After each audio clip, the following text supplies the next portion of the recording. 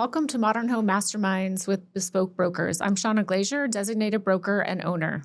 And I'm Brittainy Williamson, associate broker. Shawna and I are bespoke real estate, but we're also your guides to modern luxury across the entire state of Arizona. Each week, we chat with masterminds shaping the modern spaces. Do you want to get a behind-the-scenes look at your design build team's process? Well, open communication and teamwork will lead you to a successful project. From architects to builders, designers, and more, let's explore the art of modern living together. All right, welcome back, listeners. Are you obsessed with Frank Lloyd Wright's work as we are? Then you're going to want to listen to today's episode with Mike Wetzel, who is going to share with us what it's like to carry Frank Lloyd Wright's legacy into the 21st century. That's right. Mike is a partner at SWABACK Architects, an internationally recognized firm rooted in Wright's philosophy and known for its bold visionary work across the country. Mike has spent nearly 30 years working alongside Frank Lloyd Wright's youngest apprentice, Vern Swaback, and helping shape iconic spaces that are as timeless as they are innovative. All right. Yes, welcome. Hi. Good to see you both. Yeah, you 30 too. years, huh? Yes, 32. Wow. It doesn't seem that long because of this great field and career and family at Swaback. So it's been wonderful. I bet. And I bet a lot of your projects still look brand new even after They're 30 timeless, years. yes. All right, let's start. Can you tell us about how the relationship began and what you've learned from Vern about carrying Frank Lloyd Wright's legacy into modern architecture? Sure. What a great beginning. Dive in. I did my internship from Arizona State with, at the time, Vern Swaback Associates. And it was a time of working with the principals at the time, saw Vern every once in a while, got to know him. And as I continued my career in the field of architecture at Vern Swaback Associates, there was a point where Vern had seen abilities of different staff and had asked me to participate in one in particular here in the Valley. And Vern asked me to come alongside and to work with that project with him. And that was kind of the start of a wonderful relationship with Vern. And it just kind of started from there. And Brittainy, you mentioned Vern's was Frank Lloyd Wright's youngest apprentice, and Yes. the stories that Vern would share, throughout the time was just fantastic. You mentioned, these founding principles, and at Swaback, although Vern was Frank Lloyd Wright's youngest apprentice and helped carry a lot of those legacy criteria into the firm, this idea of blending with nature, any project that is on a particular site needs to be blended with nature and its organic architecture. And we don't like to say style, but if you think about kind of how buildings are sited, it's so integral to the beauty of the piece of art, architecture, and its site. This idea of horizontal lines, Frank Lloyd Wright used to use a lot of horizontal elements in his architecture, and you can see a lot of those fundamental elements rooted in some of our architecture that makes those timeless. We like to also talk about a light touch on the land. Too often we see projects that will either blade a beautiful site to get to a pad if it's a house, if it might be a commercial project. And we try to be very thoughtful, and this was one of the founding principles that Frank Lloyd Wright believed in, was a light touch on the land, and we still believe that today. If it's a hillside project, if it's even on a flat plot of land, what is that experience traversing from the entry arrival? Because that's really the part where you first begin to experience a project. So it's trying to take all of those elements, still having those as a strong foundational series of elements and beliefs, and then how can we expand on that as we evolve our architecture and our careers. Yeah, I think you can see all of those things throughout all of the architecture that your firm puts out. We did hear that there was an interesting story about Vern's first encounter with Frank Lloyd Wright. Can you tell us about that? Yes, absolutely. And he would share that often anytime we would have new staff. Not only that story, but just the many stories that Frank Lloyd Wright had really talked about through his time, the 2 years that he had with Vern. So Vern was attending the University of Illinois and had known about Frank Lloyd Wright for some time. And so he started to get upset with the teaching, the professors, and he thought, I'm going to reach out to Frank Lloyd Wright. And so Vern had prepared this eloquent letter to Frank Lloyd Wright and had mailed it off to Frank Lloyd Wright at Taliesin East. And a few days had passed, and he convinced his mom and dad that the letter had been lost, and that he convinced mom and dad to drive down to Spring Green, Wisconsin, to meet with Vern at Taliesin East. And so they get there, they arrive. Vern is quite nervous, and they get brought in, and he meets Mr. and Mrs. Wright with his parents, and they're having just a great conversation. And Frank Lloyd Wright asks Vern the question, why are you leaving the university? And Vern's response was, they're starting to teach preconceived notions and ideas. So Vern at that point starts to expand, and Frank Lloyd Wright stops him and says, hold on, Vern. So Mr. Wright looks over at his mom and dad and says, does he get it from you, or does he get it from you? So at that point, Vern knew his life was going to be changed forever. And he worked with Frank Lloyd Wright for 2 years, and actually remembers conversations about the Guggenheim. Oh my goodness. What a wonderful project and story that is, 16 years from design through construction. And if you know the story, the Guggenheim Museum finished 6 months after Frank Lloyd Wright had passed away. Solomon Guggenheim had passed away during the infancy of the project. Frank Lloyd Wright had done 700 sketches, 6 sets of working drawings, and just a myriad of delays through the war caused delays and cost to spike. And so it was just an amazing, rigorous project. But Vern remembers Frank Lloyd Wright and team members taking the working drawings off to a payphone on Bell Road. It was like the only thing that was on Bell Road. Oh my goodness. And they would have conversations with the contractor, Euclid Construction Corporation at the time, and they'd roll out the drawings and have site meetings, long distance, at this payphone. Wow. Can you imagine how streamlined that is now, that whole process? But Oh, my 600, was goodness. that just because they kept cutting the price or the budget? Or Well, the budget actually had started at $1 million, and I believe Frank Lloyd Wright's fee was going to be 10% of that $1 million.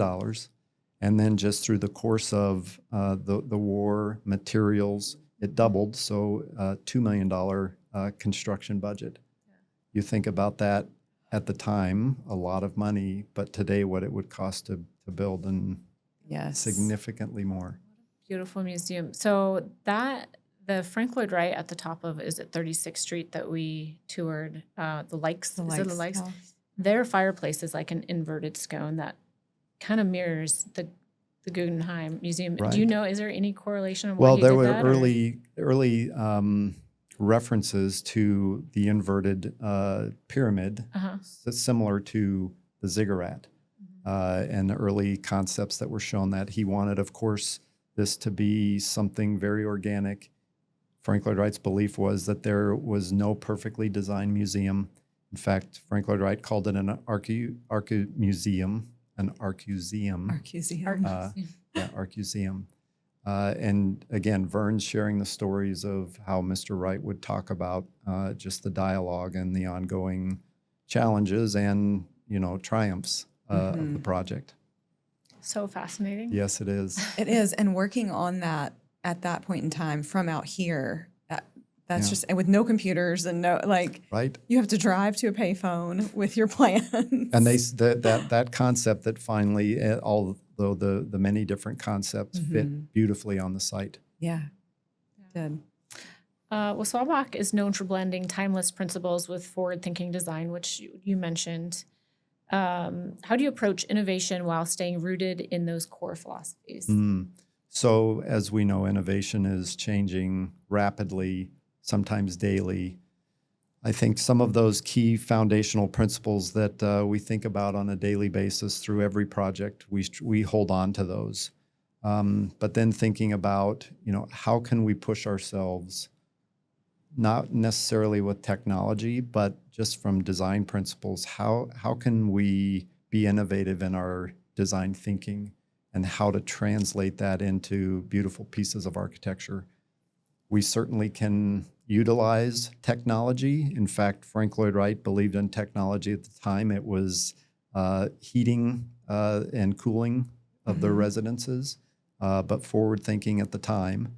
And a big thing now is AI, which is transforming, many different industrial careers, and thinking about how we can incorporate innovation from materials, design itself, into current projects and how they evolve and become something beautiful. That's great. You have to. You have to adapt to it right now. So Definitely. yeah. Well, we know much like Frank Lloyd Wright, SWABACK's footprint expands outside of Arizona. So do you mind sharing some of the national projects? Sure, and with I know us? that we do There you have go. some photographs that we can share, Perfect. but just quickly, Texas, Florida, Wisconsin, Nevada, Utah, California, just to name a few states that we're currently working in.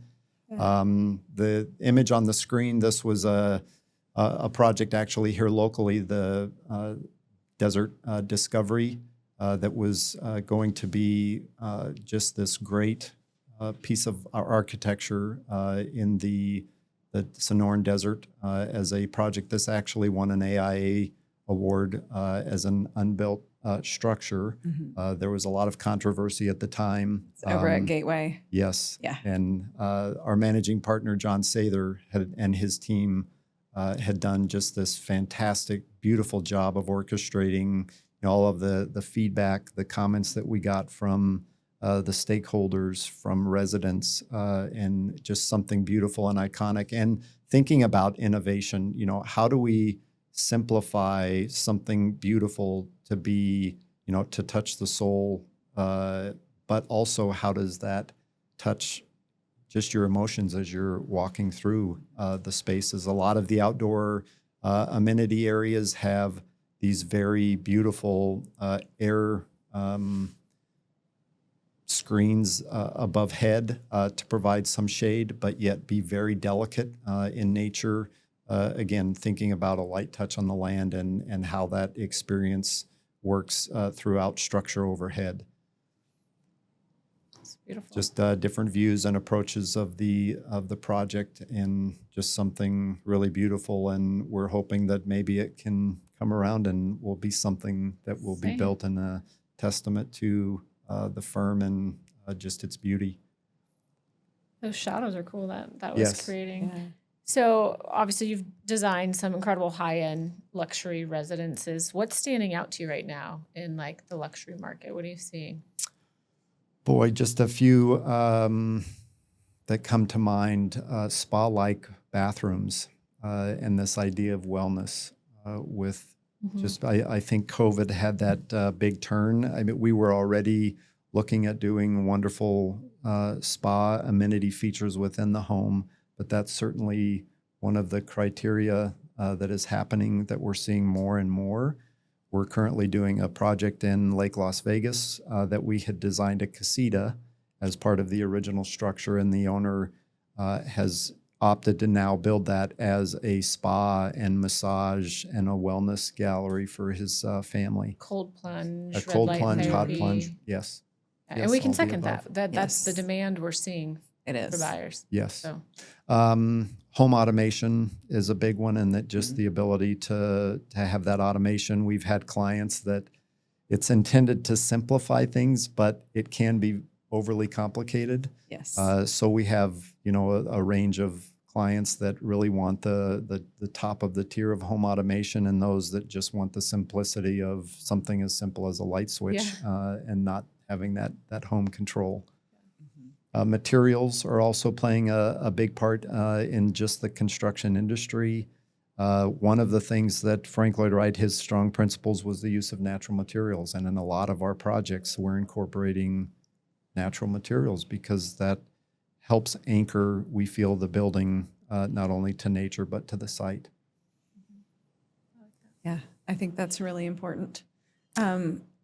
I wanted to talk about this project. Yes, Liberty Dogs. Yes, because when we talked about it on our call, it was so interesting. So can you explain to our listeners what this project is? What a beautiful project. And this campus is intended for to help veterans through the use of dog training. There are multiple buildings on the site that we're here on this kind of overall bird's eye view of a rendering. You've got the entrance arrival. Again, we talk about the importance, even though this is pretty front and foremost as the individuals enter this campus. There's an adoption area so that as the veterans come in, they get acquainted with their animal that's going to be with them, for as long as that animal is able to help them through the care and through their life. There's a veterinary clinic so that the animals can be cared for. There's a quarantine area, a main kennel that houses the animals, as well as the training facility, the administrative offices that just help orchestrate this whole idea of helping veterans through their life struggles and, for their contributions to our country. And this is all at no cost to them. It's amazing. It's beautiful. Where's this And campus? this is in Reno.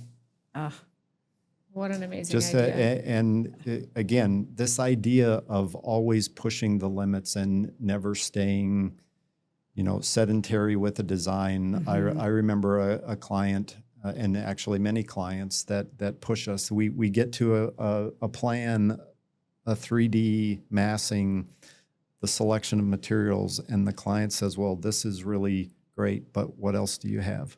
So that really causes us to push the limits and try to really be forward thinking and not rely on imagery and things that have been done, but what can we do differently that is artful, that is beautiful, and that touches the lives of so many individuals. In this case in particular, the use of natural wood, Corten steel, and the wood siding that is very playful, just in its intent throughout the project. Just something really, really wonderful. Yeah, it looks very inviting. Yes. Can we talk a little bit about a local project, Crown Canyon? Absolutely. We are very familiar. The Bedrock development has been building there, but SWABACK has a couple of designs in there, correct? Yes, and we're very fortunate to be part of that project.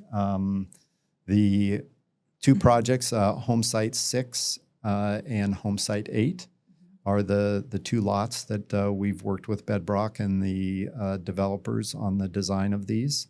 Again, this idea of a light touch on the land. These are hillside properties, very steep lots, very difficult to access, but just thinking through, again, in the infancy of design, how can we place the home on the site to be something that's easily approachable, not significant with retaining walls, that captures the beauty of views. Now, one of the importance of Crown Canyon is this idea of this beautiful canyon environment. So often here in the valley with hillside lots, you have the beauty of the distant city lights.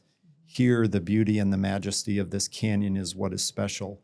And so in this particular project, the Amber Resident Lot 6, this idea of this beautiful wash that's coming through the property that is right in the middle of this image. So we have this beautiful glass gallery that takes you from the master suite over into the great room living space. And we literally wanted the floor, the walls, and the ceiling to be glass so that as you're going over this wash, you're experiencing the beauty of the desert and the wash. And when there's water that is coming through that wash at times, you'll be able to experience that. just what a beauty, like these torrential downpours that we had this year. Yes. The next site, home site 8 or Turquoise, this is just a beautiful property as well. 2 levels at an entry. Again, I spoke about the importance of the arrival of the site. With this site being a little higher on the mountain, this idea of how can we elegantly create this arrival driveway that takes you up to kind of this aha moment that you turn the corner and you see the home. We've used materials of stone of similar color to anchor that to the mountain, as well as having this beautiful negative edge pool that looks out to the canyon. And the experience in the arrival of the home, you arrive to a beautiful water feature and you come up the entryway a few steps into this canyon-like arrival to the main entry door. So we've tried to be very thoughtful with retaining walls and planters and how that can feel just like you're going through a canyon as you arrive to your home. Yeah, and that experience really starts before you even get to your property here. I mean, just entering into Crown Canyon, for our guests that don't know, I mean, you're at the top of 40th Street, and it's like a private canyon with 12. What's really nice is they're all brand new. I mean, there's one that's not brand new, but you come in and you see Onyx is completed and Jade is completed, and you just go on this journey in this beautiful canyon that it's, Yes. you feel like you're not in the middle of Paradise Valley, but you are in the middle of Paradise Valley. And we It did feels very secluded. work with the client and Vern in particular, our entire team, about rebranding. This used to be Whispering Canyon. And how could we re-envision this and remarket this idea of something beautiful and majestic? So the idea of Crown Canyon came to mind, and crown with the different jewels. So Right. each site has the different name of a different jewel. I love that you just shared that, because on our MLS map, whenever I'm going to show people Crown Canyon, I'm zooming in, it actually still shows Whispering Canyon. And I'm Yes. like, why is it saying that? I mean, That's this has been a interesting. long time in the making. It has. This idea and this development, and it is turning out beautifully. Yes, and Vern had a beautiful touch on this project. That entry arrival gate with its integration into the boulders is Vern's design. Oh, I didn't know that. Yes. Yeah, it is. The whole area is spectacular. We've toured it several times and taken clients up there, and it is just a different feel than other areas of Paradise Valley. Yeah. All right, thanks for sharing. Absolutely. We have such some a joy. rapid fire if you're up for it. Okay. All right. What is your favorite project that you've ever worked on? That's a trick question for an architect. There are See how it could so be a many. dangerous one too, right? I would have to say that one of the current projects that our studio is working on is Marcella Club, and it's up outside of Park City, and we're working on a 65-acre park that will encompass a family club, a racket club, outdoor tennis courts, pickleball courts. We have these wonderful follies that will act as different buildings, smaller buildings at different times of the year. In the summer, they might sell popsicles and ice cream. And then in the winter, when the lake freezes over and it becomes this ice skating pond, that they can sell coffee and hot chocolate and just something so fun. This is a private club? It What is a private club, Wow. yes. Tiger Woods is doing a golf course there on the mountain. Nice. He's also doing a short course that kind of plays into our arrangement of the racket club and the family club. And so, just again, as an architect, there are so many wonderful projects that are favorites. But this is one that's current that we just have a love for, and I'm personally involved in this one. Nice. It sounds like people are going to have a lot of fun using this architecture, Yes. which is great. And we're trying to think of life after golf. Yeah. Granted, you have a Yes. beautiful setting, Tiger Woods as the golf course architect, if you will. But life beyond golf, what does that mean, and what can that involve? Yeah. And what does your family and your spouse do while you're golfing? Yes. If the whole family doesn't golf. Absolutely, yes. Yeah. What's your favorite space in your own home? Our family space, the great room and the kitchen. That may sound a little cliche because a lot of homes that we design, what's the heart of the space? and just that area that we can cook and break bread together and just be together and communicate while all that activity is happening. It's an open space, so it doesn't feel like it's compartmentalized, and it's just a great opportunity for friends and family to be there together and be together in a great space. I like that. Yeah. What's the first design you ever sketched? As a child, actually my own home, and envisioning what that could be as something different. There's your sign. You're going to be an architect. Exactly. Exactly. That's awesome. Really? Do you still have that Yes. sketch? Somewhere in the paperwork that's taken over my office at that home. needs to be framed somewhere. Yes. Huh? Yeah. For sure. I love that. I did also build a model later in high school of the existing home as a present to my mom and dad. Oh. That's awesome. So you were on this path from the beginning. Yes, it's a passion. It's a love. I don't consider it work at all. That It's makes sense something why I'd love you to feel like do. it hasn't been 30 years. That's right. What is your favorite Frank Lloyd Wright design? Do you have one? I would say Falling Water. And as many as his projects also think about the encounter and the arrival, just the beauty of going through the site, the trees, and you come around the path and it's there, and just its integration into the hillside and into the lake, Ohio Pile. yes. Yeah. Ohio Pile River. The river. Thank Yeah. you. That's the word I was looking for. And just the sounds, not only of nature, the water, just something incredible to have been a part of in a tour, and seeing some of those back areas that not all the public got the actually behind gets. the I got the scenes. behind the Love scenes it. tour. Yeah, you're right. The entry, the grounds are amazing. Just the sequence to even get to the community center, which I think that center, they did an excellent job at also, where guests arrive to check in, and the gift shop. The And gift, yes. then you yes. just go on this walk and journey to the house. You It's wait your amazing. turn and then you make your way. Yeah. Okay. Best advice for someone wanting to design a custom home. Best advice to give designing a custom home would don't leave any stone unturned, and write your program for how you want to live. That is something so vital that when we meet with our clients is, how do you live in your current space? And trying to take the spaces and the views into consideration that makes something unique and fun, but yet livable, something that's not for the cover of a magazine or something that's going to be cold, but how do you experience that and live in that every day? Take advantage of what you've been given as a site and the architect that you're working with. Well That's said. great. Thank you so much. My pleasure. Thank you for coming on with us. We are going to share all your contact information in our show notes, but if you wouldn't mind sharing where our guests could find you. Yes, our studio is located at 7550 East McDonald in Scottsdale, 85250. We're also, of course, on Instagram and Facebook. And our website is swaback.com. Easy. All right. Well, thank you. And welcome. that's it Thank for you. today's episode of Modern Home Mastermind. If you've enjoyed the show, please subscribe, like, and rate.